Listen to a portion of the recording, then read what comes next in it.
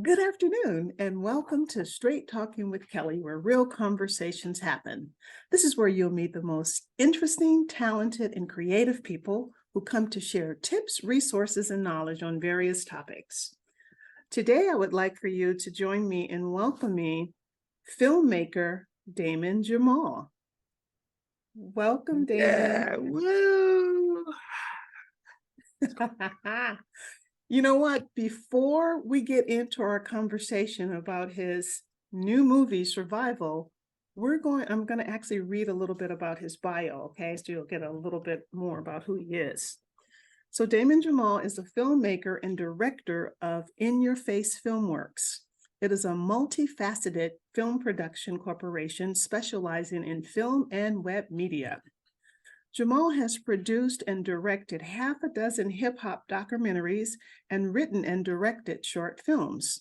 He also directed, produced over 300 music videos for artists like P. Diddy, Rick Ross, Kendrick Lamar, Snoop Dogg, E40, Tyga, and probably more. He's a winner of numerous Best Director and Best Film awards. His latest film, Survival, won several awards and was released on September 25th, 2023, and streaming now on Prime Video, Apple TV, and Google TV. You guys, today is the 28th? So the 25th, his movie is premiering. So it's recent. This is happening like right now. So I definitely want you guys to go see it. So before I get into our conversation, Jamal, I actually want to talk about the fact that you were an alumni with the Oakland International Film Festival. Mm-hmm. You know, I love the platform that David Roach provides for filmmakers, and we'll talk about that a little bit more in the interview, because I want you to kind of share that experience, but I had just wanted to kind of acknowledge that, you know, because I was just with David. I was just with him when he was interviewed at Channel 4. Okay. So I was actually assisting Jackie. Okay. With that. Yeah. Well, he had mentioned me, and I really appreciate that. Like that's really great for him to take the time during his spotlight to, you know, give a little shine to me. So that was really cool. That's why we're giving a little shine to him. Hey, there it is there. It worked. Well, because I was literally just with him, you know, assisting Jackie Wright with the work that she does. So Damon, can you give us a little bit of your background of like where you were born and raised and the schools you've attended? I was born in Berkeley. I grew up like in Richmond for a while, and then I was in the South Bay, in the Bay Area for a while as well. Like Mountain View, San Jose. I mean, I went to a million schools, but I did not go to college. So, you know, I mean, basically, I kind of, you know, I was educated by just, I mean, obviously, you know, I went, you know, I did for, you know, for kindergarten through 12th grade, but, you know, after that, as an adult, I kind of just educated myself by doing stuff. I was like, one of my first jobs was in the tech industry, because I was really a nerd, you know what I mean? I was into like computers and software and hardware and all that type of stuff. So like I would build computers and you know, hook up computers to each other and kind of like network the computers. And I after doing that, I kind of figured out that job, which is, you know, like as a network administrator, that's the title. And by doing that at home, I flipped that into actual, you know, like a nice paying job as a network administrator. And with, you know, the only experience I had was just, you know, breaking down stuff at home. And so that was pretty cool. So, and that's really what kind of got me into film, because it was just like tinkering with stuff. Like I was working with a bunch of different musical artists, and I needed to create like a commercial for them. And I was looking for a company to hire, but everybody was kind of overpriced. And I just needed like a little, this is back in the MySpace days. I just needed like a little, you know, like a little 1 minute blurb, video blurb type of thing, and everybody wanted, what seemed like a large amount of money at that time. So I just grabbed a camera, shot it myself, and then basically, you just take the camera, plug it in the computer, and just start, assembling the puzzle pieces. And so, my nerd background came in handy because I'm just sitting there in front of the computer assembling the pieces. And, that little MySpace video that I did turned into, documentaries and music videos and so on and so forth. That's interesting to even hear you talk about MySpace. I remember that seems so long ago now, doesn't it? It Yeah, I mean, really it kind of does. was. Yeah, not kind of. Unfortunately, It was. it But kind of was. You see the grays. It kind of was a while ago. now, you know what? So you actually kind of went ahead in terms of what I was going to ask next, but I'm I actually sorry, want to but know, I just no, got that's excited. okay. No, that's it's good. But I'm still going to ask you the question because you Any didn't answer whatever, it always. completely. So the thing is that how did your early days of directing music videos with Bay Area rappers prepare you for film directing? And so tell me about, how you got involved with the Bay Area rappers and how that kind of transformed into some of the rappers outside of the Bay Area that you ended up working with. Yeah, well, actually, I had like a small, I mean, I had basically like a rap label, right? I mean, it wasn't anything fancy. It was just like two artists. I mean, it was like a DJ and a rapper. And so we Okay. were doing like, we were creating mixtapes, and I owned the company, but basically my role on a day-to-day basis is I would record the music. So we built like a little studio, and they would come through and I would physically record the artists, using once again technology.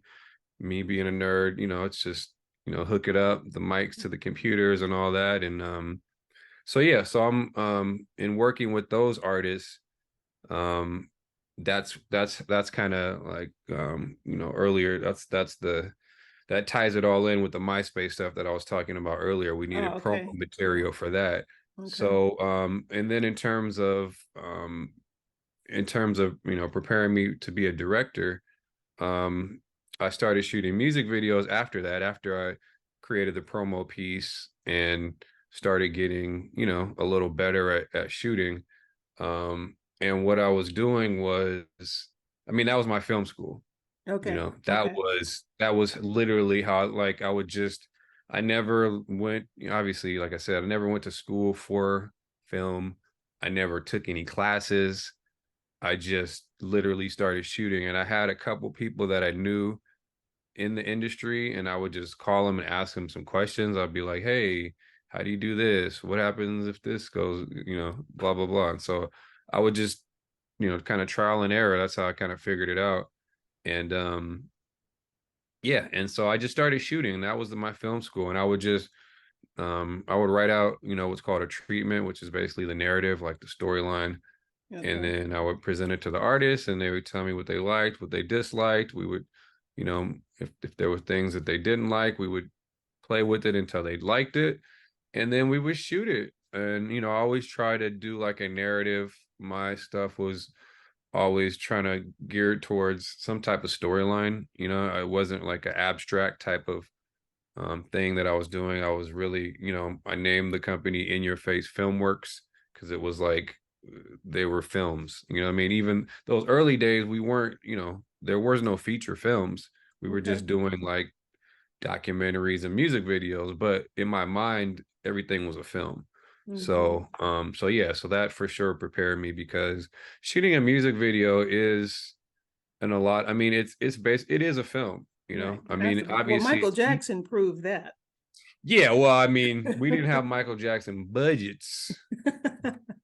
We But were that's working okay. with, But it was still, you still did a yeah. film. That's the I'm same just saying, thing. Michael Jackson had movie budgets for his music videos. Oh, absolutely. Yeah, so Absolutely. what I Yeah. mean, we were working with, when I first started, we were working with a few $100s. Yeah. You know what I mean? And Yeah. Yeah. and then, finally onto a couple $1,000s, but obviously in the scheme of things, not a large amount of money. Yeah. But actually, honestly, that's good, because what it does is it makes you be more creative. You have to be Hmm. more creative with your locations. You have to be more creative with wardrobe. You have to be more creative with your story, because you have to pull in the viewer without a lot of big tricks. There's no Right, right. explosions. There's no special effects. You know what I mean? Yeah. Oh, Seriously. You know what I mean? absolutely. No, So absolutely. and you have 3 minutes, 3-4 Yeah. minutes, depending on the length of the song. So Yeah. it was a great film school for me. And I got paid to go to film school. Artists would pay me to, I wasn't shooting free music videos. Like, they would pay me to shoot the music videos. And every time I shot, I would learn. And like you mentioned in the intro, I've shot hundreds of them, Yeah. and Yeah. It's every a single beautiful thing. time I would learn something. And that's for sure what enabled me to do the things that I'm doing now. So now here's a big question that I know a lot of people usually ask me when I'm, being interviewed. And so I feel it's important because this is what people want to know. What were some of your early obstacles in your career and how did you overcome them? Well, I mean, as I alluded to earlier, some of the obstacles were financial. I mean, it's especially, shooting in the Bay Area. I mean, at the time I'm living in Oakland. I'm working with a lot of, local artists, and they just don't want to pay. I mean, that's the bottom line. Like, Ah, especially the ones that have, may have like a song on the radio or some okay. buzz in the club. You walk in the club and they're playing their song. Artists like that, they don't want to pay you. They feel like Well, they feel you should be happy to be with them, you right? should you should be grateful to even be in their presence. And if they Okay. ask you to shoot something for them, you should be excited and Exactly. can't wait. Oh Yeah. yeah, I just whatever you Yeah. want. Let's just shoot it. Who money? What's that? Who Yeah. cares? Nah. But now how are you different from that What do you mean? in terms of in the space that you're in now? So you don't act like that, do you? Oh, act like you should. Well, I don't. I mean, I'm not in the limelight like that. So, I mean, as a director, honestly, I'm behind the camera. Okay. Okay. And I mean, sure, right now I'm in front of a camera doing this with you, but I mean, it's in order to promote a film. But in But you're general, still behind in behind the scene, you're working with the actors and the people. And so I'm sure you have yeah, your absolutely. But I'm not. Yeah, it's different though. When you're a oh, okay. talent, when you're an Okay. artist, or when you're Mhm. an actor and you're always on camera, it's a whole different vibe. You know what I Okay. mean?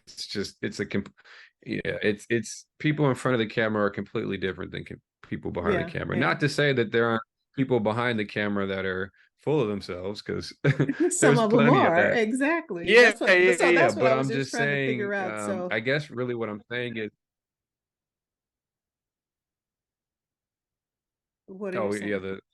the it got messed up a little bit. But yeah, I mean, essentially what happens when a camera's always pointed at you, even if you don't have any real, even if you haven't really got a bunch of money or Yeah. accolades from it, Hmm. or even a lot of fame, just that camera pointed at you all the time kind of inflates your ego, you Yeah. know? Yeah. And so that's what happened. So Yeah. I mean, Yeah.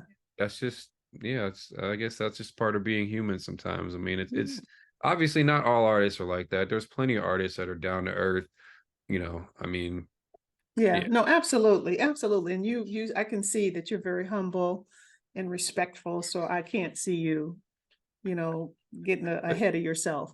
So I got a now, long way to go. So I don't, yeah, and it's in me knowing, I know, other directors, like Gerard McMurray, who did the last Purge film. He's a black director that I know.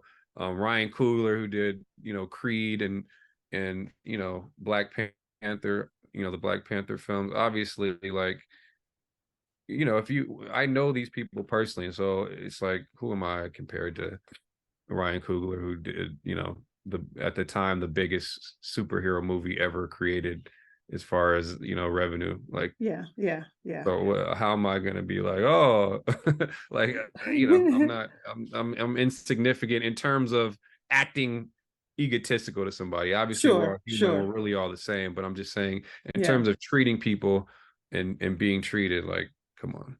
yeah, yeah. So now let's get ready to talk about survival. So you have David Gross, who actually played in Demetrius Gross. yeah, Demetrius Gross, what I called Mhm. him. He played in what? Rampage and Beat House and Banshee. And then you have Miguel A. Nunez Hmm. Jr. I Hmm. loved him in Juana Man, and Yeah, he was very famous for Juana. I loved him in Life, and he's just been Yeah, in so many other movies. And then yeah, let's talk about my girl, Elise Neal, who absolutely. definitely All of Us, The Hugalees, and just so many other things. I absolutely adore her. So let's talk about that. So, I mean, I'm excited that, you know, a local artist as yourself is actually streaming on all of these main TV shows, Well, I'm glad you're Prime. excited because I'm excited too. Well, no, I'm like, okay, well, it gives hope to the Bay Area that, we're Oh, yeah, moving and shaking. It's not just Chicago and New York that got yeah. talent coming out. We got talent too. There's no question. The Bay Area is, I mean, Bay Area is one of the hottest spots for talent. It's just there's not a lot of industry there, both music and film, but the talent is there for sure, no Yeah. question. Yeah. So now, why develop a film about how police treat African American female victims of violence? What got survival? What made this all happen? I mean, really, there's a lot of messages in the film that I wanted to get out there. Um, but really, it all starts with creating an engaging and interesting story that grabs you quickly. So that's Speaking really of which, can I stop you? Let's see if absolutely. we can grab people real quick with the trailer. You ready for jujitsu class today? If you find your attacker's weakness and use Alabanca, you can turn your opponent's power against them. Sounds like you need to use that to get through the 7th grade. Elon Musk people just called the office looking for you. I didn't think Tesla did ads. They do now. All right, Monica, let's get to class. Mwah! Have fun. Love you. Love you too. Text hubby. What do you want to say? Dinner will be a little late tonight. Sorry. Okay, it's sent.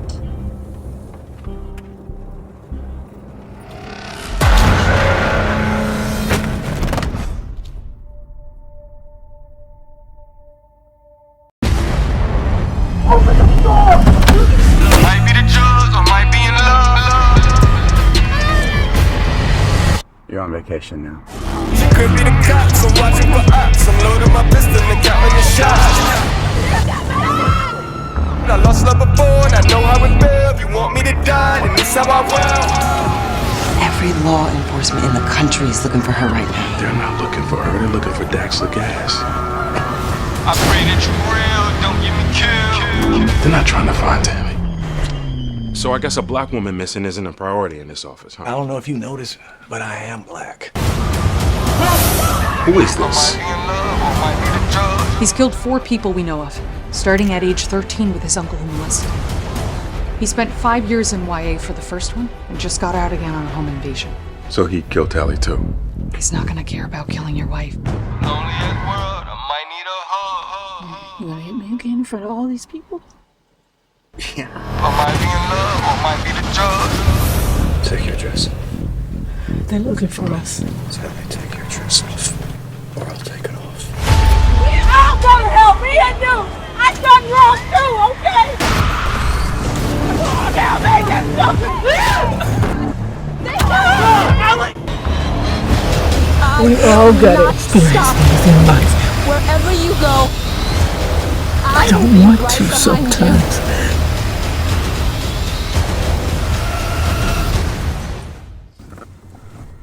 Is he still alive? No! Tell me. I might be on drugs, but this might be love. Wow. Let's talk about that. Let's talk about what we just saw.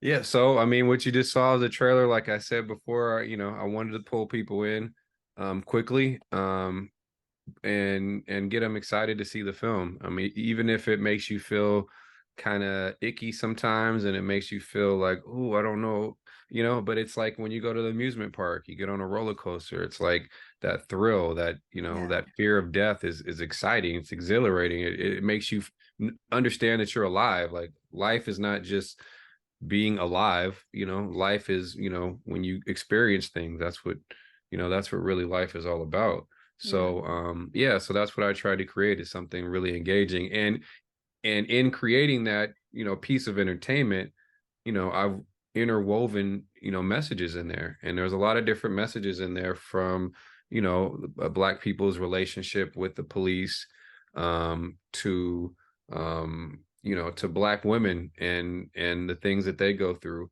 both good and bad. There's even, there's a jujitsu message in there that you may not realize. The little girl says something early in the film, early in the trailer. She talks about, she learned about alavanca. Alavanca is a Portuguese word that means leverage, and that's another theme of the film, because leverage in jiu-jitsu, jiu-jitsu is created, Brazilian jiu-jitsu was created for smaller people to overcome bigger, more physically imposing people. So there's a bit of there's a bit of physical and mental jujitsu that goes on in this film. And yeah, so I don't want to reveal too much, but yeah, Right. there's a lot of different messages in there. And like I said, it's all packaged in something that's very engaging and super entertaining, I think. Yes, and it's streaming on Prime, Apple TV Plus. Tell me where else. And YouTube, basically. And YouTube. Okay. Yeah, so it's this Google is, TV officially, but the Google TV is just a big umbrella. The main thing is YouTube. Everybody has YouTube. It's a free app.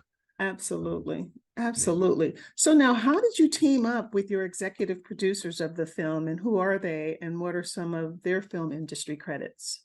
So the main, there's a few executive producers. One of my executive producers is Damon Smith, and he's from the Bay. He's a guy that I've known for a long time, a friend of mine, and he actually was, he's been following my work, and he actually started his own film journey, but he's an entrepreneur, and he's been an entrepreneur in the Bay for a long time. He ran a couple clubs that people are really familiar with in the Bay. They're not around anymore, but yeah. A matter of fact, one of the clubs was the infamous, you may not have ever heard of it, but in San Francisco there was a club called Pink Diamonds. Okay, no. And at a time it was called, and there was another time when it was called Vixen, but it was a very popular gentleman's club. Oh, that's why I didn't know about it. Yeah. Yeah. But it was popping back in the day. Okay. But yeah, so Damon was a person that believed in my vision, and he's just like, whatever you do next, I want to be a part of it. You know what I mean? Okay. So he was instrumental in making this happen. And then in LA, I also teamed up with Henry Butler and Leah Daniels Butler. And Leah Daniels Butler is a very well-known casting director. She's been a casting director for over 30 years. Oh, wow. I mean, her career goes all the way back to like the Wayans Brothers TV show. You know what I mean? And Living Color? Or the two brothers? Nah, when they had their own show. The two brothers, okay. Marlon and Sean Wayans, they had their own. Right. Yeah. So that was a great show. And then, on to like one of the Fast and Furious films, and The Butler, of course, Empire, the TV show, long-running TV show Empire, more recently All American, which is still on right now. She did the Hulu movie White Men Can't Jump, the new version, obviously, the new version of Coming to America, or the sequel, I should say. A lot of great things. So it was really cool working with Leah, because honestly, it was the first time I had worked with a casting director.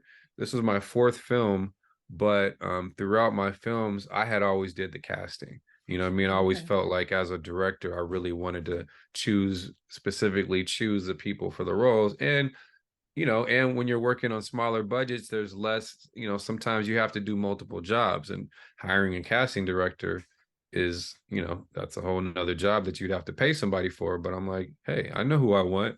I don't need anybody's help. Yeah. But that's not true. And now I learned it's not true after I worked with Leah, because she has such an eye. Like, I gave her the script and she read it, and she instantly knew in her head who she wanted, who would be good options for certain roles. Wow. And and then when she told me different people for different roles, and even like Elise, I was like, yes, that's a great show. Like, yes, like, yeah, you know what I mean? So because she can definitely show fear in her face. So what was it like working with all of these people? it was great. It was very educational. I mean, I'm working with people that have a lot more experience than me, and that's great. I don't have a problem saying that. I love to learn from people that have been doing it longer than me. That's only going to make me better. So somebody like Elise Neal, she's been in over 150 films. Like I said, Leah's been casting for over 30 years. So these people have a wealth of knowledge, and I'm a sponge. And so if you can tell me something that's going to help me, I'm all for it. Let me know. Let's do it. It's only going to sharpen me. It's only going to make me better. I'm doing this forever. Like, this is my career for the rest of my life. So I better I better be good at it, and I better not, hear some constructive criticism and think that I know everything. Like, no, nah. Yeah, Let me know. absolutely. Awesome. Absolutely wonderful. So now tell me about your experience with the Oakland International Film Festival. So Oakland International Film Festival was probably that was the first film. Well, yeah, that was the first like big film festival that I participated in. And yeah, fortunately, they were able to show my first feature film, which was called Rolling. And it was great. It was, they had it at a theater. This is me seeing my first feature film in a theater. Like, that's an amazing feeling. This is like a decade ago. And it's just, I invited friends and family, and obviously put the word out on social media, and people came through, and it was great to just watch other people see my film. And I mean, obviously, I've seen it. I probably had seen it 15, 20 times, through the editing process. So now I'm really just watching the audience and seeing the parts that they like, the parts that they don't like. And and that's really, I think a lot of filmmakers kind of forget, like, we're making films for other people. Like, obviously I'm not going to make a film that I don't like, but I'm making a film that I want other people to be entertained by. So I need to like see the audience reaction. I need to know if this joke lands, or if this part is too boring, or and that's what helps you in the edit, and that's what helps you on the next film. So so that was a great experience. And then that film went on to actually go on Netflix.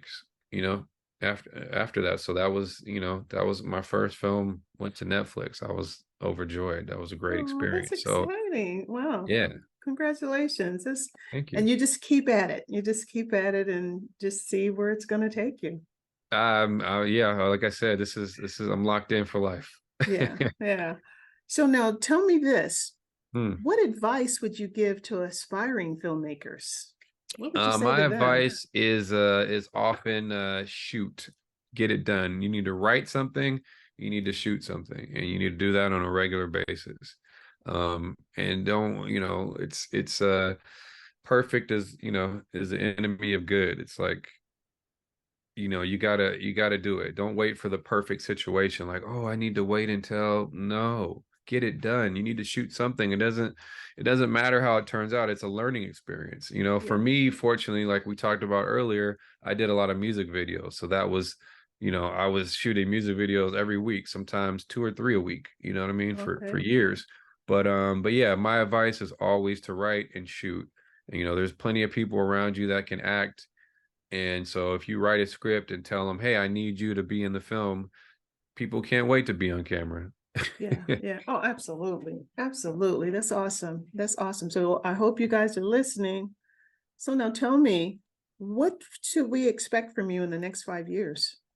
In the next 5 years, I'm trying to create a platform, or create an avenue where at least every year I can shoot 1 to 2 multi-million-dollar films, and also create a path for other filmmakers that are coming up that might shoot me a script or something, where I can take their script and put them in a position to get their film, on Amazon, on Apple TV Plus, on Netflix, you That's know, and help the beautiful. next person come up, because that's really what it's all about. You know, you gotta reach down and bring the next person up, especially people of color, especially Black females and other Black men. I need to, you know, connect with them all the time, and I need to have a platform. I really don't have it yet. You know, I'm still trying to. I'm still, you know, I'm You're still coming developing. up in You're the world. absolutely developing. Absolutely. Yeah, but that's a serious goal for me, and that's something that I think I can attain in the next couple years. Yeah, that's beautiful. Wow. Oh, wow. This is exciting. So aspiring filmmakers, you hear that? Send him a script. He's going to be I'm waiting rocking for with you. y'all. Y'all, I get it. Yeah. I know the struggle. I know. Mhm. You know. So now I would like to know, could you name 3 people that have inspired you? And I know 3 there's people. probably more, but I just want 3. Well, that's a tough question. 3 people that inspire me. I would say one of them would probably be Malcolm X. I think that's a great inspiration. You know, obviously, I mean, there's a lot to that, you know, but yeah, just the determination that he had in life, the intelligence that he had, and the grace. You know, I think Yeah. he's somebody that's very inspiring to me. Um, who else? Wow, you really put me on the spot with that one. Take your time. Inspirational people, I would say. I think Spike Lee is very inspirational. You know, I definitely don't like have that same any of the same type of style as Spike Lee, so I don't like try to emulate him, but he's a trailblazer, and I appreciate Spike because he always tried to create original content. You know what I mean? Whether people liked it or not, and he was very serious about his messaging. Yeah. And so, you know, I mean, obviously there's some films that hit and some that miss, but it doesn't matter. At the end of the day, he's always trying to be original. And if somebody's trying to be original, it's hard to say anything bad about them, because they're really always going out on a limb. You know, they're not, you know, he's not following the trends. So, yeah, so And you know what? And he loved his people. yeah. Oh yeah, for sure. And Yeah. that shows in his movies. And that's what I love Yeah. about him. Yeah. Yeah. So I'm gonna just go with those 2 for now, because Okay. Okay. you know, That'll work. there's a lot of people that are tied for 3, from family members to, you know, computer scientists to philosophers. You know what I mean? But Yeah. I Yeah. think we'll go with Malcolm X and Spike Lee for now. Okay. Okay. So now, what would the 9-year-old Damon say to the grown man Damon today? 9-year-old is he's gonna tell the older Damon, you're good. Like, don't worry. Just keep doing what you're doing, and don't let any obstacles slow you down. Just move through it. Yeah, that's Sure. beautiful. That's beautiful. So, Damon, as we close the show, will you leave the listeners with some parting words and remind them to watch Survival? I mean, I would say support good independent filmmakers, you know. So and you saw the trailer for Survival, so you know, hopefully it caught your attention. If it didn't catch your attention, hey, it's all good. It's no problem. I get it. But if it did, if there was things in there that made you want to see more, then log on to YouTube, log on to Amazon, log on to Apple TV, and just click on the button. Add it to your watch list and watch it later. You don't have to watch it right now. Just add it to your watch list, and when you're in the mood, go back and watch it, and then review it. Write a review. Give me a rating, whatever it is, you know, good or bad. Hey, if it's 1, it's 1. If it's 10, it's 10. But rate it. You know, give me your thoughts and tell me what you liked, what you disliked in the review. That's what I'm here for. That's beautiful. That's awesome. Well, Damon, thank you for taking out the time to be on Straight Talking with Kelly, where real conversations happen. It has been such a pleasure talking to you. Thank you, Kelly. It was a great pleasure being on the show. I appreciate the invite. I appreciate the intelligent, great conversations. And yeah, I think I want you to have a great week and on to a great weekend. Oh, I am going to do that because I need one. I need one for sure. So to my audience, I would like to thank you for joining us. Please continue to listen to Straight Talking with Kelly, where real conversations happen. Subscribe, comment, and like, and share. And make sure to support Damon Jamal's survival movie, because realistically, you guys, he can't do it without an audience, and realistically, the art is what we have. This is how we get to tell our stories. So please support him, okay? All right, Damon, thanks again. Cool. Thank you. I appreciate it once again.